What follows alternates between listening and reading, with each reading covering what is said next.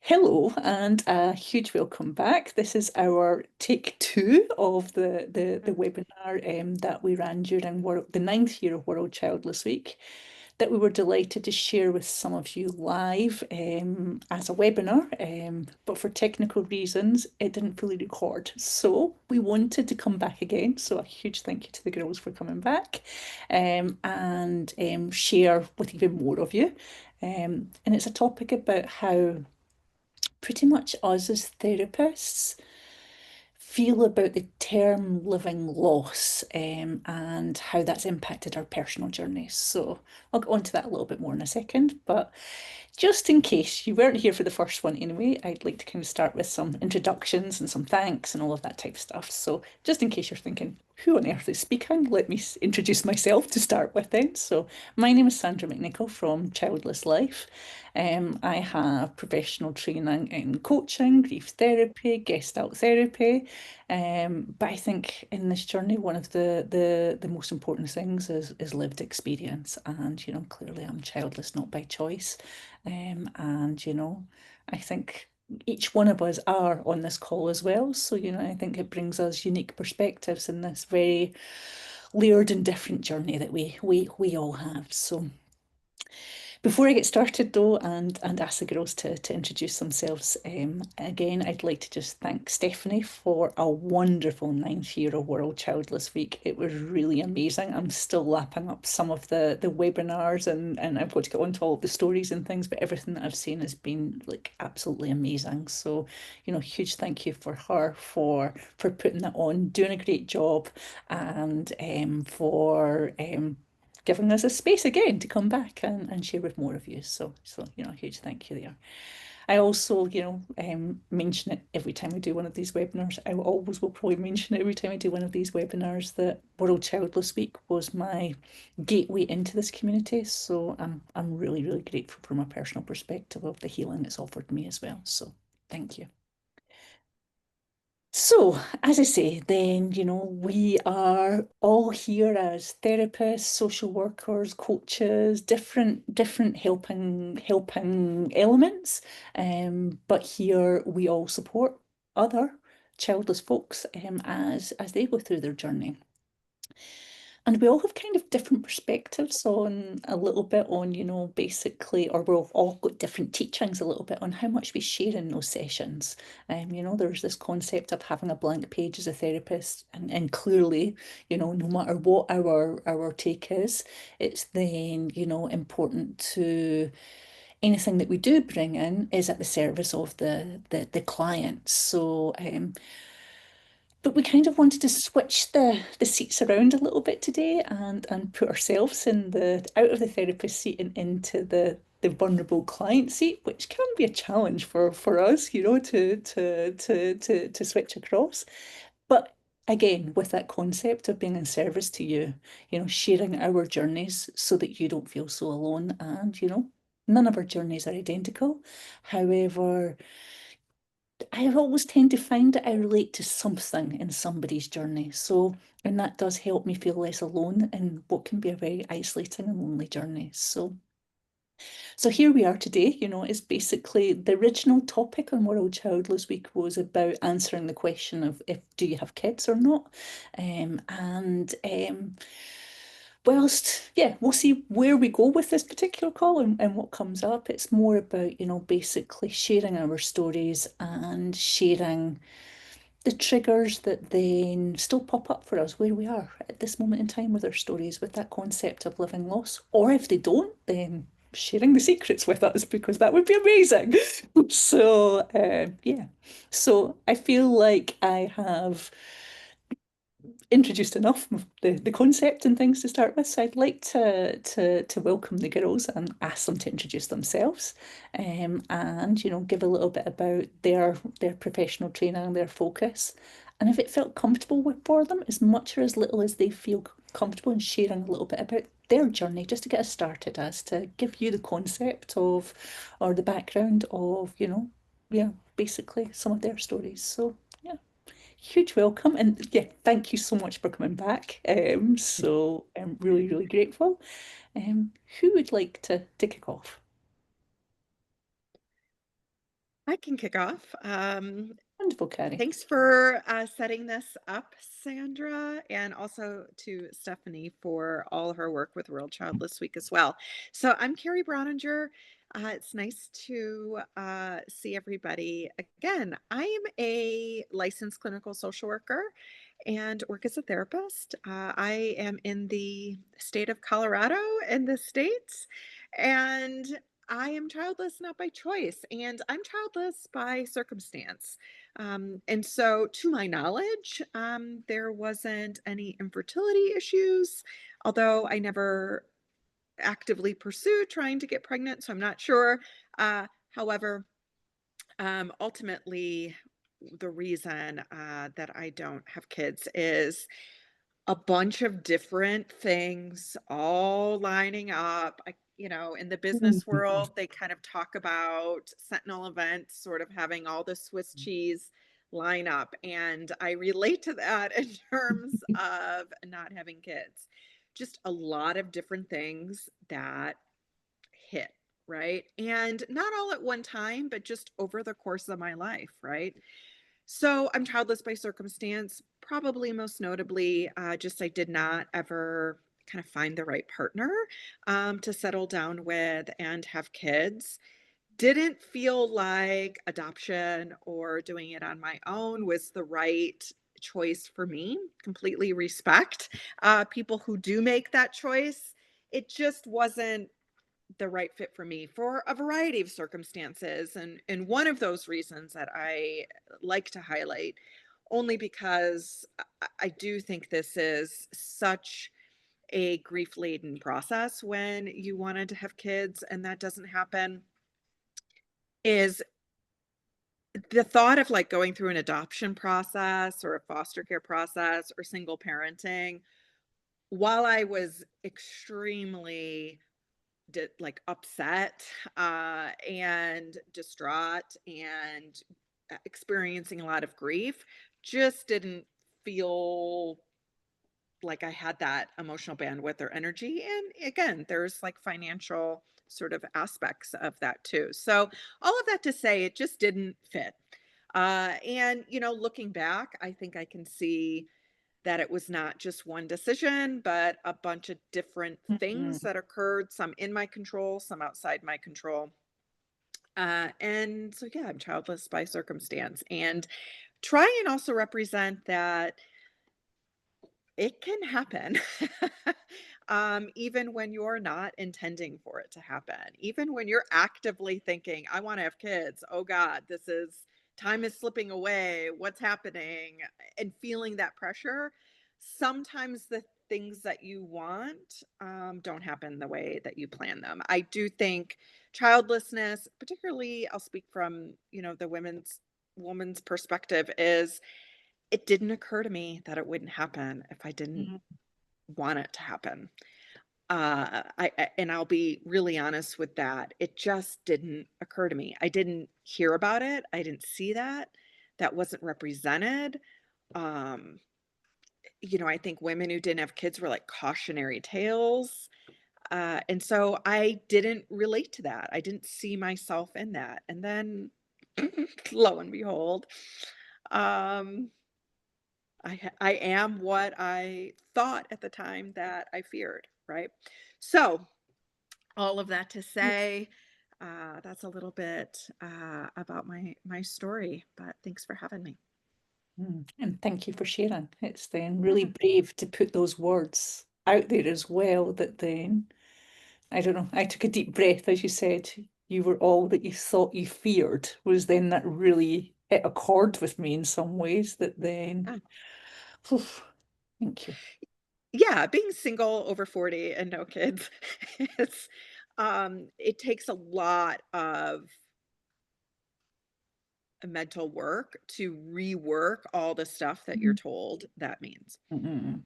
Yep, absolutely. And thank you for sharing that Yeah, with us. thank you. Thank you. Who would like to go up next? I'll go. Thank Hi, you. I'm Dana Berkowitz. Really happy to be here. Thank you, Stephanie, um, for continuing World Childless Week and all the work it takes. offering such a invaluable resource for our community. And Sandra, thank you for inviting me. I don't know, it's great to like have to do a take two, I think. So we get to know each other better. It's always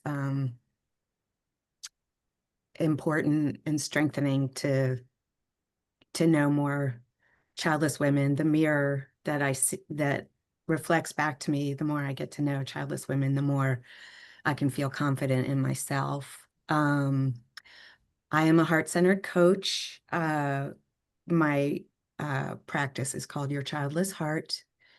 And I have a master's in counseling psychology with an emphasis in spiritual psychology.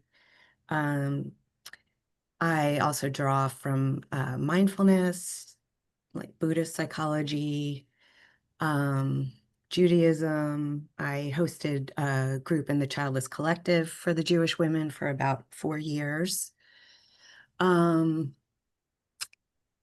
am also single and childless and 54. So yeah, I turned into the thing I feared most. And for me, it was the opposite. You know, I struggle with anxiety, so I was always anxious about, is it going to happen? It was the one thing in life that I was very clear that I wanted to do, that I was meant to do, that was very natural. And so my clock started ticking early. I was engaged at 29, and I decided not to go through with that. I lived in LA and was dating through my fertility years, and that was not good. Dating with the clock ticking was a really awful experience. And I decided not to go through with the marriage because it just wasn't a good fit. It didn't feel like it was the foundation and the friendship that I needed to create a stable and happy family life. And that was the most important to me, was creating that first.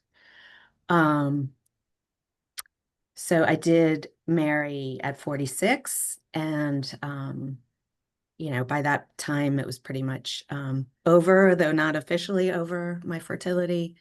That marriage didn't last either. So I have this theme of needing to choose loving myself over loving my partner. And I'm a proud feminist. So I really think that that is a huge factor.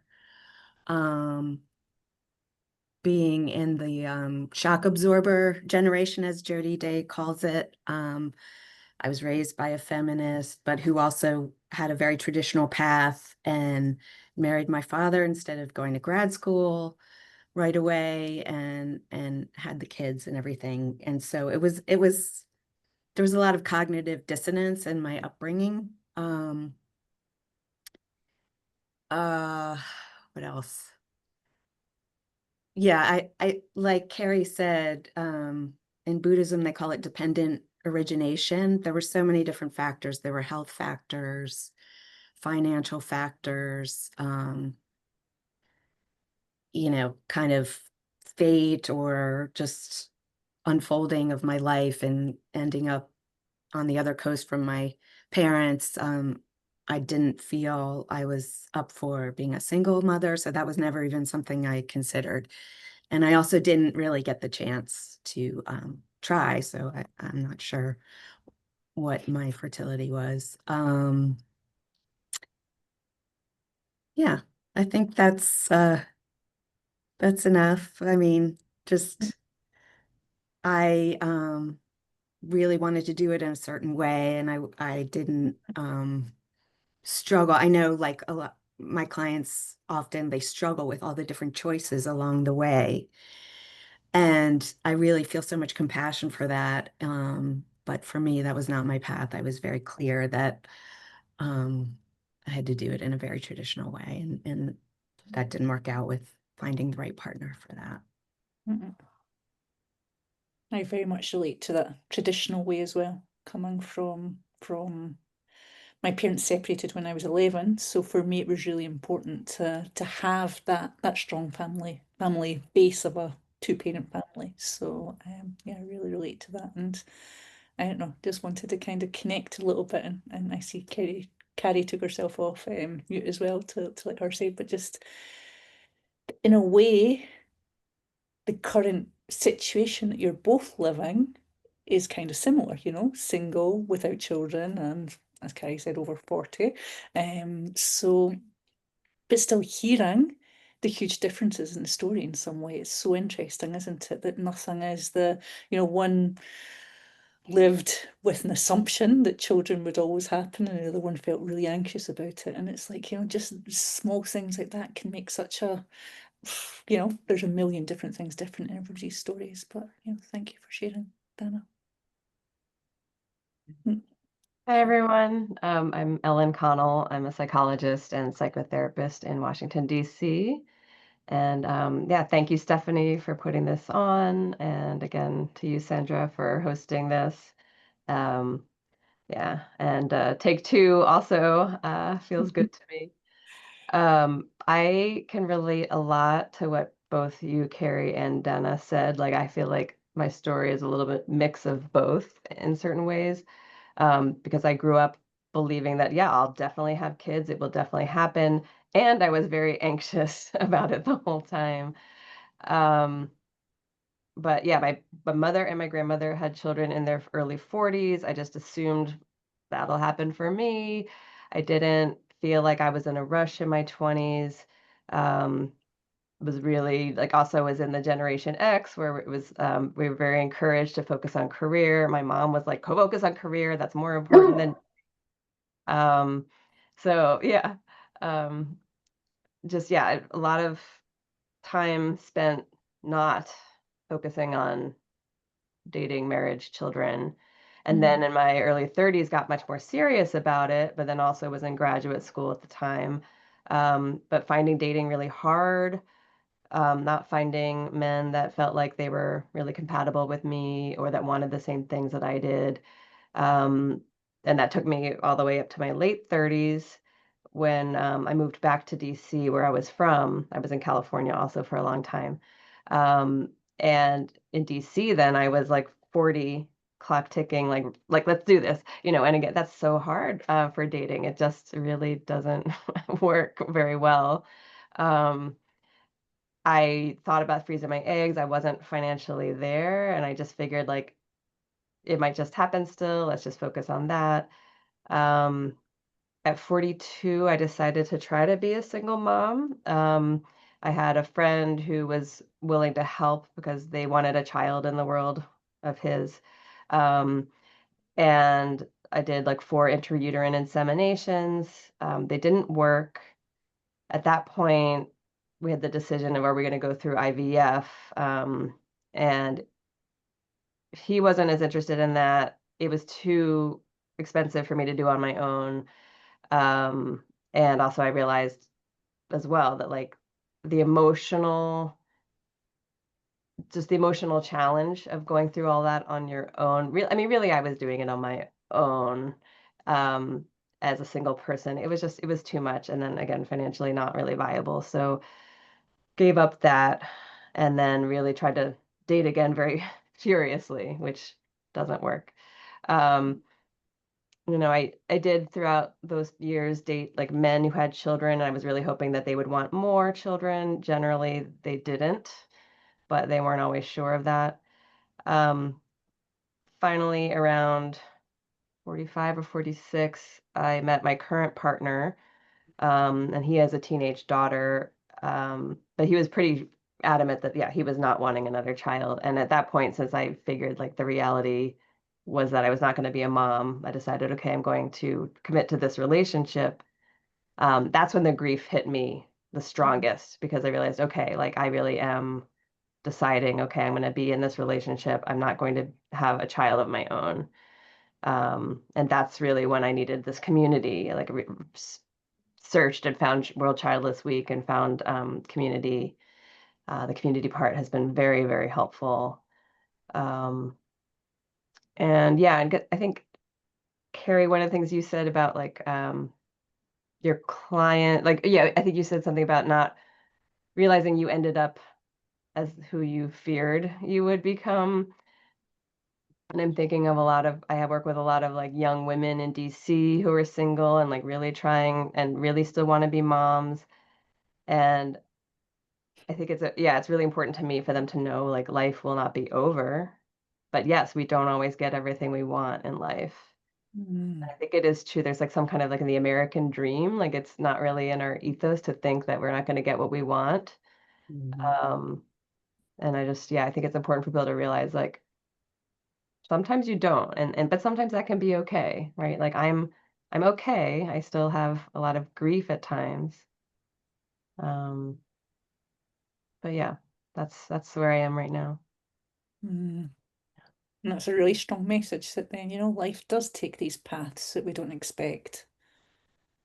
Yet we can be okay in those paths. We can actually find peace and have very different lives from what we imagined, and that feels impossible in the heaviness of the grief. It feels like it's just not, it just, yeah, doesn't feel like it's attainable. But yeah, thank you for sharing that. Words of hope as well there, Ellen. So before I go on and share my story, I just want to mention that then Sarah Lawrence was also meant to join us on this call today. Yeah, so she was on the original call, and she was kindly calling in while she was on vacation. But due to some unforeseen event, she's not here. So, just to say that, we were really grateful to have Sarah and her story on the original call. And we miss her on the second one. So just to call that out. So again, as I started, in some ways, I relate a lot to your stories, and my story is very different in some ways. So, I always wanted to be a mother from as early as I can remember, yet very similar to what we're hearing. We grew up in this generation. We were told we could have it all. We could have this career. We could have children when we wanted. Science was going to fix anything if there was a problem. And I bought into that dream. Similar to Ellen, my Gran had my mother when she was 40. My parents were very young, but yeah, there was in my family people having children well into their 40s. My grandmother and her generation continued in that. So, I didn't think it was a huge problem. But then yeah, I dated frantically in my 30s. I came to Barcelona, which I didn't realise until the first call how much Barcelona had in common with California, in that men don't seem to want to commit very easily. So maybe it's a worldwide problem, not just a California problem for anybody else out there. So yeah. I basically was in a long-term relationship until I was 29. But again, the career, thinking we could do it all, whatever, and just somehow on some level realizing that wasn't the right person to settle down with. There was some internal wisdom in me to say, no, don't have children here and now. We did speak about it seriously at a moment where we were about to break up, going, okay, this is how to fix it. And I was like, so glad we didn't do that in some ways. Or I don't know. You just never know how life would work out, and that's the beautiful webinar that Jodie and Sarah did on regret. Some of that stuff comes up at times as well. That then yeah. So, but then what I didn't realize is from 29 to 39, I was going to be largely single out there trying to find a partner, and it wasn't fun. Yeah, so I'd love to say it was fun, but it wasn't. I mean, it wasn't Sex in the City? No, not at all. But What? yeah. So I got to 36 years old, and I'm lucky in a way that I live in Barcelona, and Barcelona is one of these IVF hubs that people across Europe go to because it's actually cheaper to do medical treatments here, or it was back then. I don't know how it actually works at this moment in time. So actually freezing your eggs wasn't wasn't too expensive. I was made redundant from a job. I got a paycheck and went, okay, I had a doubt about doing this. Let's just, yeah, okay, I didn't expect to get this check. Let's just do this thing, sort of thing. And I'm never going to use them. I'm never going to need them, whatever. And, you know, just have this as a backup plan to guarantee my future child. Yeah, yeah. So I went on to have really, really bad experiences for the next few years with those hormones running through your bodies, and trying to date is really not good. So now in the late 30s is then, yeah. Somehow though, and I don't know how, I did manage to find my husband, who turned out to be a complete gem. So at 39, so, you know, I got super lucky, and I think it is just luck. I think that then, you know, yeah, I always think that MD does anything wrong or right in these situations. It's just then, yeah, don't know. So so I thought 39, okay, my gran had my mum when she was 40, whatever, this is all gonna happen. This is like, yay. So, and it looked like the dream was gonna come true. We had a natural pregnancy when I was 41, another one when I was 42, and both of them resulted in losses, which shattered my world. I just didn't think a loss was something that would happen to me. And that was really, really hard going. And it took some time to heal from that as well. I think I'm still healing from it, and I always will be healing from it in some ways, like some of our childless journey. But we took about a year out. My husband wasn't so keen to go down the IVF route. However, I always felt like if I didn't use those eggs, I would always wonder that what if. And in a way, when you do have pregnancy losses, you analyze everything that you've done. Did I eat something? Did I do something? Did I whatever? And there's so much trauma involved in that, as there is in all of our journeys. You know, I'm not saying that anything is different from anybody else's sort of thing, but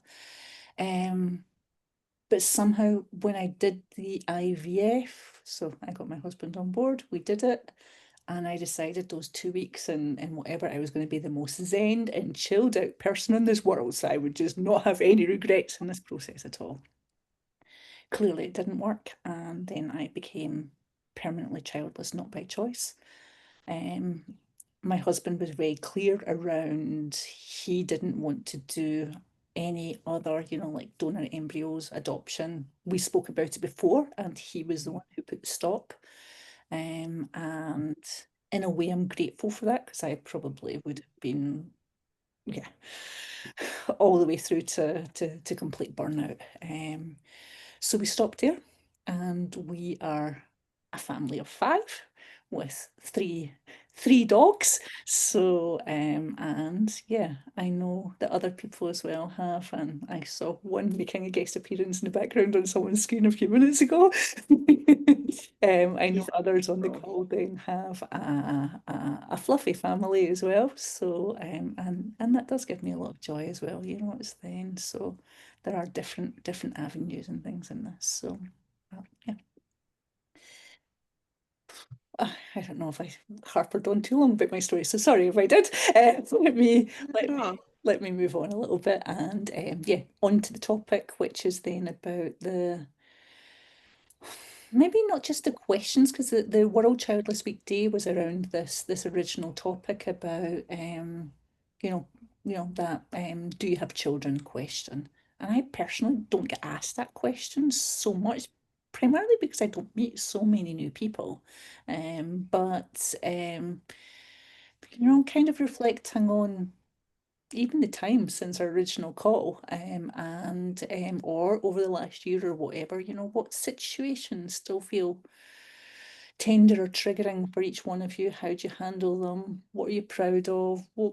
What would you do differently? I don't know. Take it wherever you'd like to. Yeah. It'll be useful for and its service for yourself and for others. So, Carrie, do you want to kick us off again, or? Yeah, just a little bit to the question.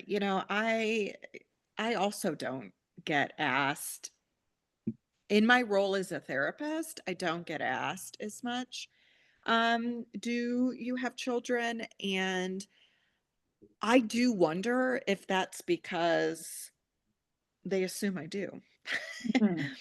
Just based on the age, because when you're in a therapist role, some of that's active listening, validating, things like that. And then because that we're all in the same society, I do wonder if it's because they see my age and they assume that I do have kids. When I was younger as a therapist, I would get asked that. I think because they weren't as sure based on my age. So I find that interesting only because on the personal side of things, I get asked it all the time. And I usually just say no. And as I've started to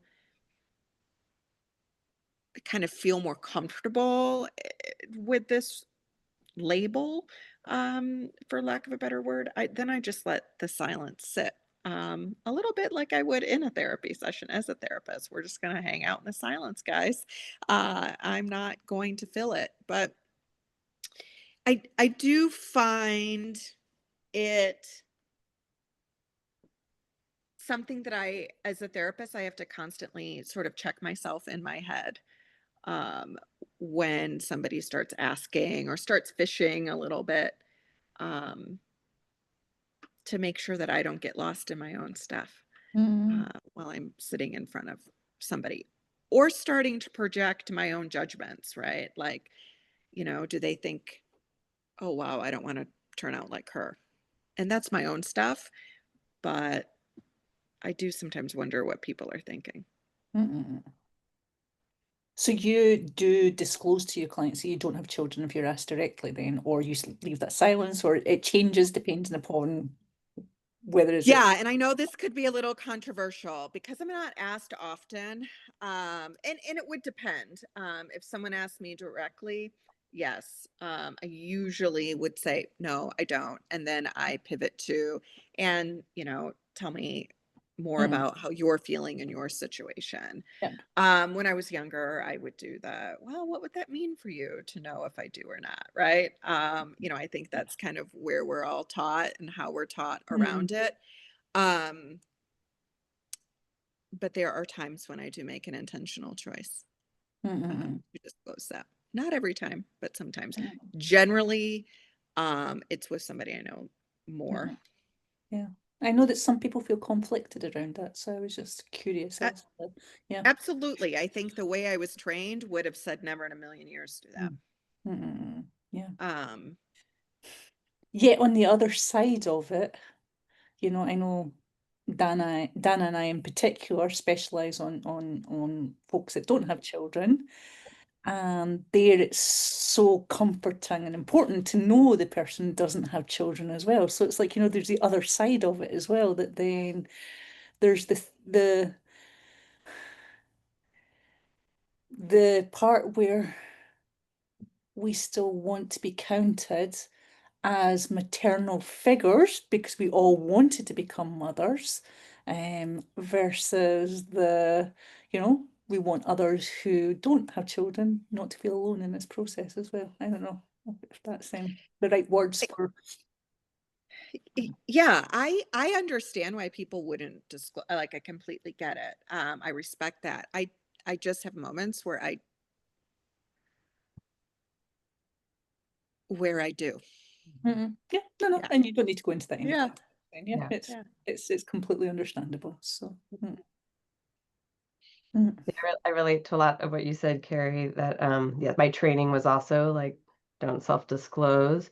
But then I feel like in more recent years, the training has changed a little, where people are Yep. talking a lot more about self-disclosure and how it can really help.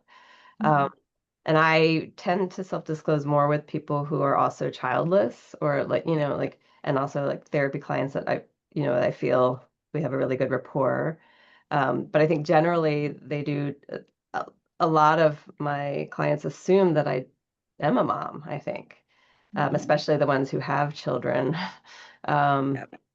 yeah, and so I mean, unless they ask, I don't usually share. But yeah, like you, like they don't really ask. And when I was younger, it Right. did happen more often. Yeah. Um, Outside of therapy, I get asked more often, but actually what I think is interesting is it's not that I'm asked if I have children, it's I get asked like how old are your children or how many children do you have? I feel like people tend to go in with the assumption that you have children. Like the dentist asked me that the other day, like how many children do you have? You know, yeah, because it just, I think people do just assume because of age that Mm. would be where you are.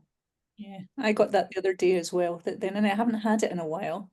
I joined a like choir a year ago, but I changed groups. So, there's some new people and things in there. So, and I was speaking about a trip that I've got coming up, and they were like, "Oh, so is that a family trip?"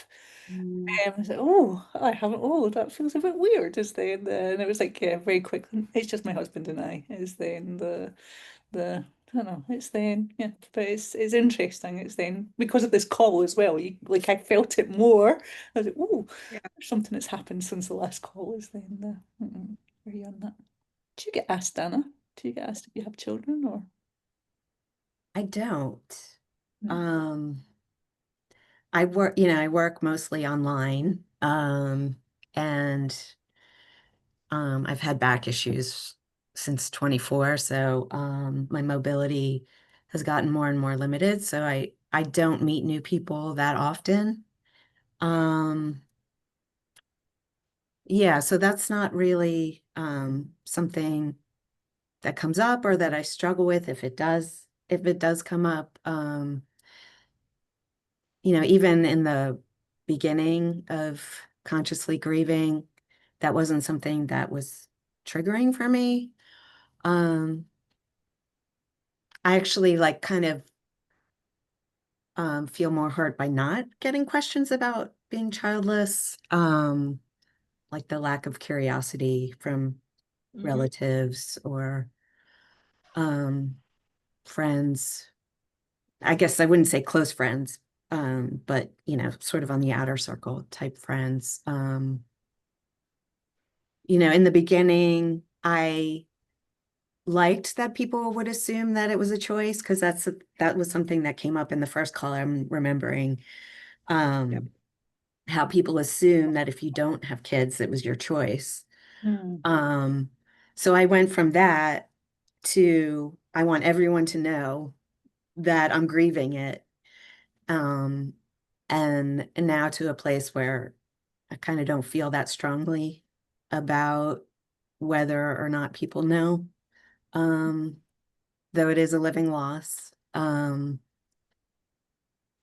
For me, what's present is kind of expanding out more again after I've really cocooned and processing all my losses. Also, um, another big loss was what launched me into my grief work. You know, deciding that my marriage wasn't going to work out, and a lot of other losses that happened at the same time, and moving back from California to Maryland, losing my community there. And again, it's a city. I had childless and child-free friends there. It really wasn't even that. I mean, it was also the trajectory of the developmental process of aging, but it just wasn't the same as being in suburban Maryland, where I feel more like an oddball. Um, and like Carrie was talking about, I don't know how much of that is like at this point my own shame and my own projection, um, or like just assuming that people are biased against childless people after like kind of really immersing myself in the sociology of living as a childless woman. Um, but yeah, so now I'm sort of at a place where if I want to keep moving forward in my life, I need to get back out there and like work with kids again, even if it's just much less. I was a nanny while I was training. Even just volunteering at my synagogue. I'm considering doing that.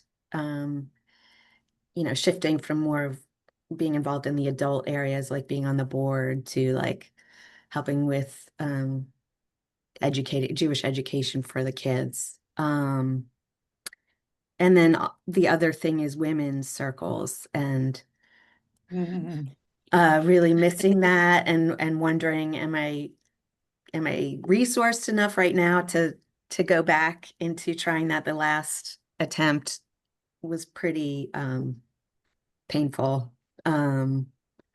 So, I have an opportunity to join a new moon circle with women in my congregation, and I'm not sure, but there's part of me that does want to take that risk at this point.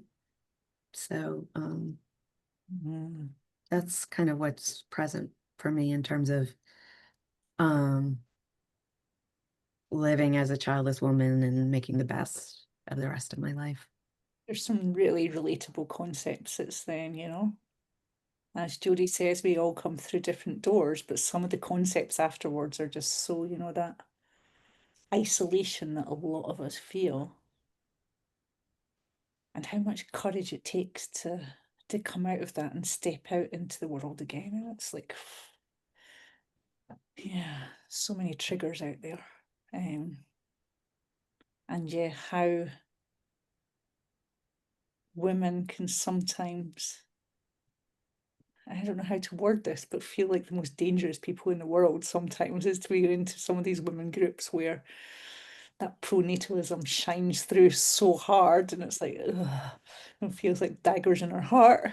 Is then I know, like, from like one of the groups I joined, and I just didn't see it coming. It was a simple question around, what's your most proud moment in life? And I was there thinking, oh, I came to Barcelona single, without a job, without a home, whatever. Okay, boom, boom, boom, boom. And everyone launched about having children. And it was like, oh, I'm like, oh God, it just felt, yeah, I don't know. And I'm seeing everybody else nodding. So, yeah. So, yeah.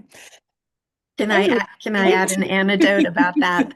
In the first Rosh Hodesh group, New Moon group that I was in, there was, every month is a different theme, and this month was about joy, and we were asked to bring like an item that represents joy in our life, and one woman took out her daughter's ballet slippers.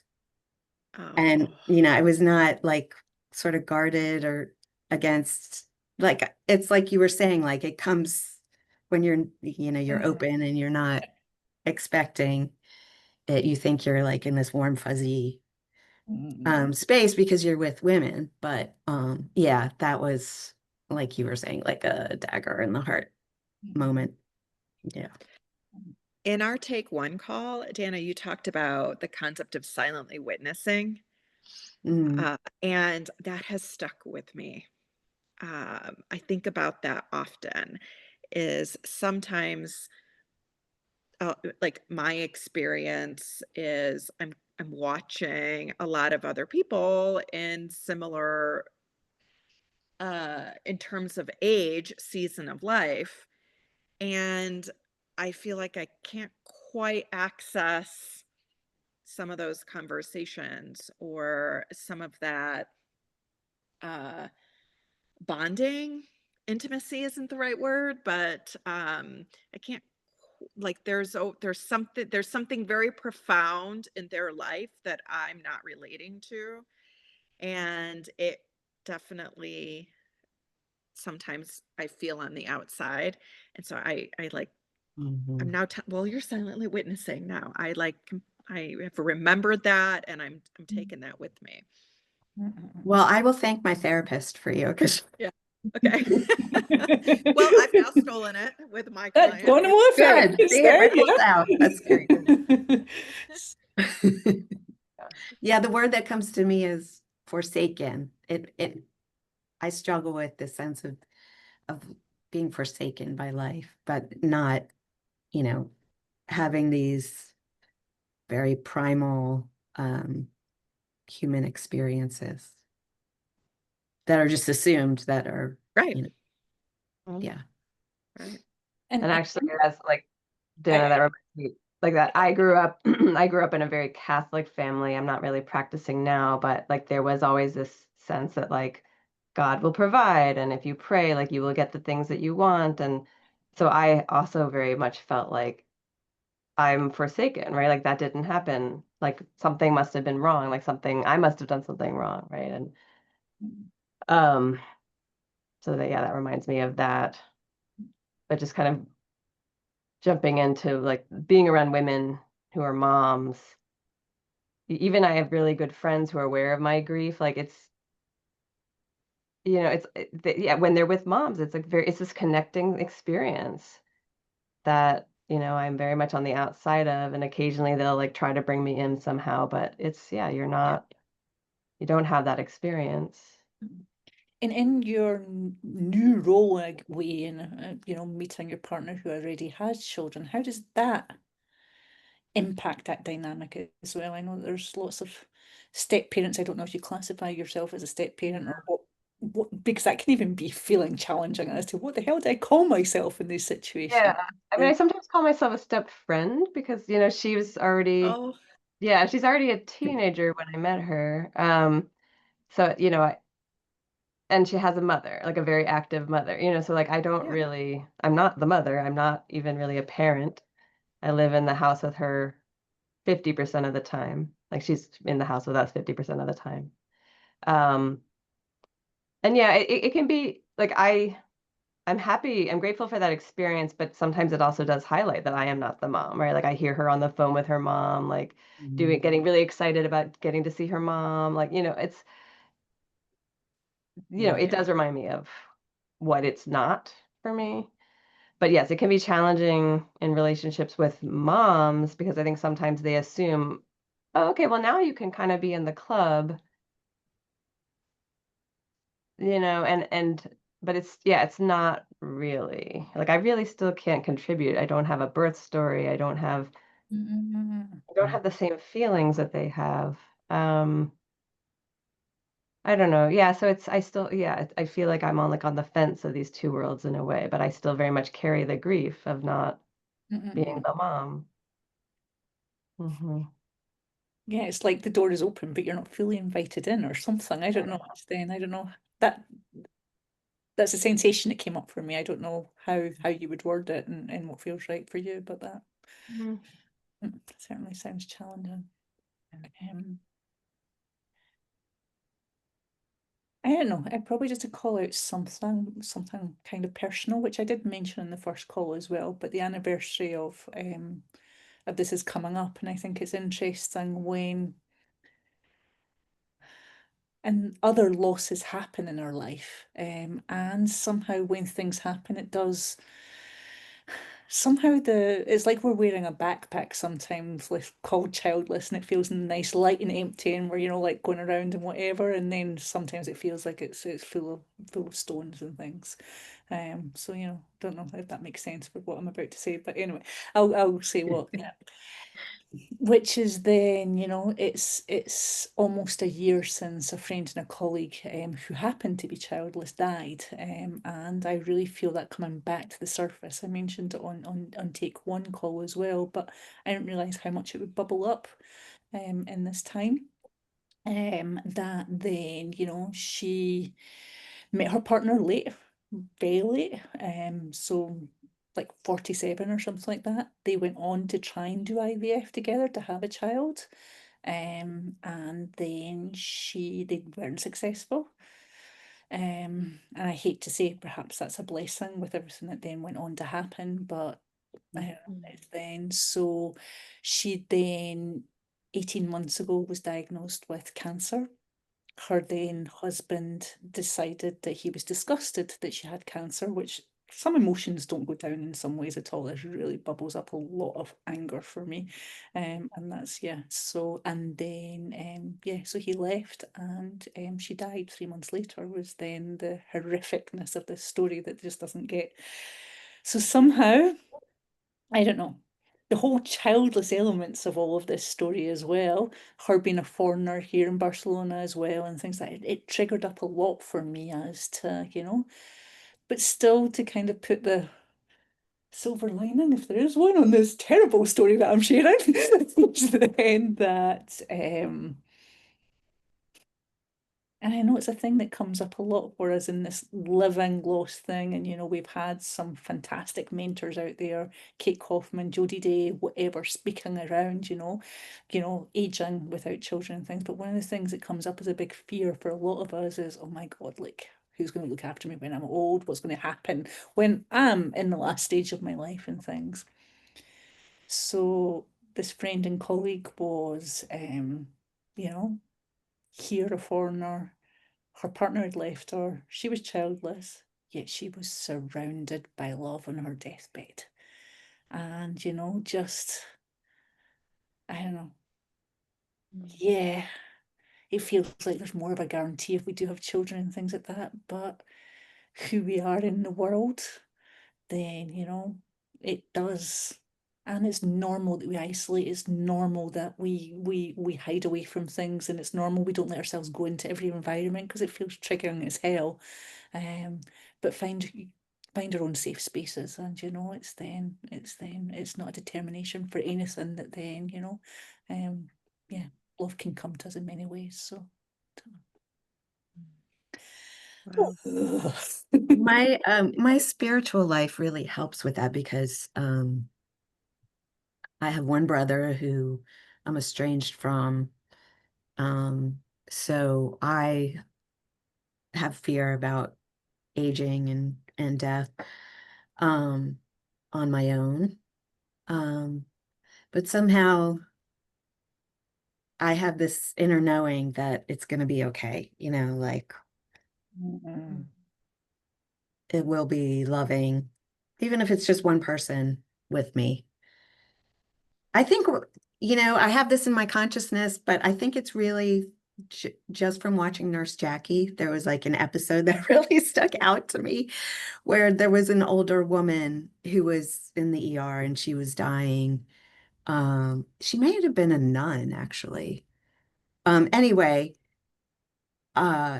Nurse Jackie was with her, and it was like this they portrayed it as this very like peaceful, connected, light-filled death. And that really imprinted on me that it doesn't have to be a whole circle of people. It could be one very present, very conscious, compassionate person, and that could be enough. Beautiful. I guess to kind of close out, just building upon Dana's theme there as well, is like, what other things feel reassuring and like resources for you a little bit as you go through this journey. She spoke about, that inner knowing, her religious journey, Nurse Jackie, which I guess is a TV program. I'm not 100% sure who Jackie is. Like, it's not. I don't watch much TV, so I haven't caught on to that It's one. on Netflix now. Okay. But there's been certain moments in my journey that like I've just done a meditation and I don't know, like for me, like bubbled up this might sound like completely crazy, but there bubbled up like the image of a dragonfly for me, and some words behind it just saying, perhaps, just perhaps you can be happy and live this alternative life. And somehow that anchored in me and stuck within me. And anytime I see a dragonfly coming along, it's like you've got wings, learn to fly. It's fine, get out there and fly. And it's kind of like, I don't know, as I say, it might sound like the most insane thing in the world, but It's beautiful. there's different resources come to us in different ways. So I'm just curious if Carrie and Ellen would like to close out, or if they have something, and if they don't, then don't worry. One of the things I try and remind myself, and this, yeah, one of the things because I have fear around being alone. I'm the youngest in my sibling group by quite a bit, and I try and remind myself. I do try and remind myself that, like, even through my work, I am well aware that children, spouses, things like that do not mean somebody is going to be emotionally present and there. But not that I wish harm on other people, but one of the things I try and remind myself is, because I don't have that assumption, there's things I can do now in terms of building community, that I can do. Like, I don't have an assumption of the way, retirement or old age will look. And because of that, I think I'm actively trying to think about how I do want it to look. And I'm open to it looking very different than maybe a real one-dimensional way in which it's shown to us. Yeah, that's beautiful as well. But then, somehow tapping into that curiosity and openness is then wonderful resources as well. So yeah. And for me, like, similarly, I have been thinking a lot more about, like, community with women, because even I feel like a lot of my women friends who are partnered, and, yes, I'm partnered now. Who knows what will happen in the future, but most women do end up single before they die, because of men often dying earlier. So I've just been really thinking about, like, community of women and how do we, like, be there for each other as we get older.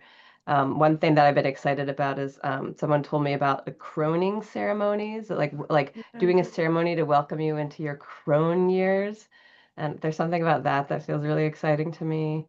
And also kind of like thinking of myself more as, like, becoming more of an elder, becoming a healer, an elder witch crone, right? So I find, like, embracing that side of life can get me excited.